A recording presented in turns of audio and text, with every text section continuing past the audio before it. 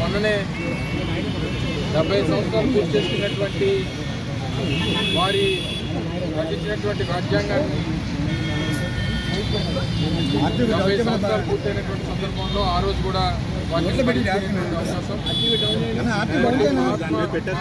అవకాశం నాయకుల్ని స్మరించుకునేటువంటి దానికి భావితరాలకి వారు దేశానికి చేసినటువంటి కార్యక్రమాలు ముఖ్యంగా దేశంలో ఉన్నటువంటి అనేక వర్గాలకి బడుగు బలహీన వర్గాలకి దేశంలో ఉన్నటువంటి అన్ని వర్గాల్ని కలపాలి, అందరూ కూడా సమానంగా ఉండాలి, అందరికీ సమానమైనటువంటి హక్కులు ఉండాలని చెప్పి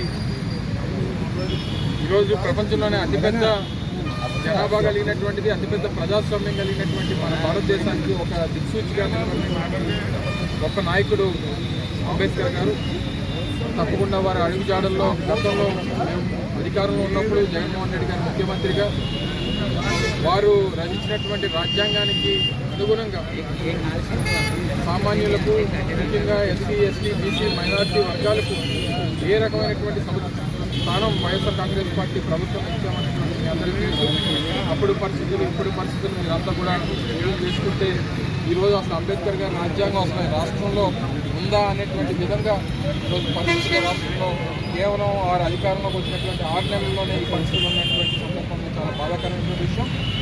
నిన్ననే చూసాం, రాజమండ్రిలో ఒక ఎస్సీ సామాజిక వర్గానికి చెందినటువంటి యువకుడిని పూర్తిగా వ్యవస్థ చేసి ఏ రకంగా వారిని ఇబ్బంది పెట్టేటువంటి పరిస్థితులు ఇవన్నీ కూడా మనం చూస్తూ ఉన్నాము.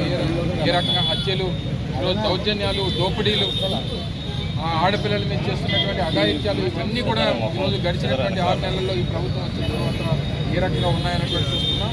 తప్పకుండా వీటన్నిటి మీద వైఎస్ఆర్ కాంగ్రెస్ పార్టీ పోరాటం చేస్తుంది. వారి ఎన్నికల్లో ఇచ్చినటువంటి హామీల మీద, ప్రజలకు పడుతున్నటువంటి ఇబ్బందుల మీద, ప్రజా సమస్యల మీద నిరంతరం వైఎస్ఆర్ కాంగ్రెస్ పార్టీ పోరాటం చేస్తూ అంబేద్కర్ గారి రాజ్యాంగం వారు చూపించినటువంటి మార్గదర్శకాలను పాటిస్తూ తప్పకుండా వైఎస్ఆర్ కాంగ్రెస్ పార్టీ ముఖ్యంగా రాష్ట్రంలో బలోపేతం చేసుకునే దిశగా ముందుకెళ్తామని కూడా తెలియజేస్తారు.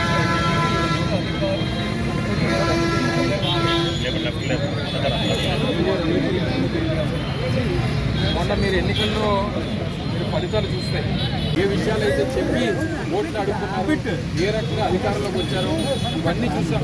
తప్పకుండా వారు వచ్చినప్పుడల్లా ఈరోజు ఈ రాష్ట్రంలో ప్రధానమైనటువంటి అంశంగా స్టీల్ ప్లాంట్ ఉంది. స్టీల్ ప్లాంట్ మీద వారు ప్రకటన చేయాలని ఈరోజు వార్తలు కూడా చూసాం. ఈరోజు వారికి సంబంధించినటువంటి పత్రికల్లో గడిచినటువంటి 2 సంవత్సరాల్లో 7,700 కోట్ల రూపాయలు నష్టం వచ్చిందని చెప్పి స్టీల్ ప్లాంట్కి ఒక ప్రధానమైనటువంటి ఆర్థికం చేశారు. వాళ్ళకి సంబంధించిన అంటే కావాలని చెప్పి స్టీల్ ప్లాంట్ని నిర్వీర్యం చేయాలనేటువంటి ప్రయత్నం వాళ్ళు చేస్తూ ఉన్నారు. ఏది చేసినా వాళ్ళు ఎన్నికల్లో ఇచ్చినటువంటి హామీ ప్రజలకి ఇచ్చినటువంటి మాట నిలబెట్టుకోకపోతే ఏ రకమైనటువంటి పరిస్థితి గతంలో వచ్చాయి.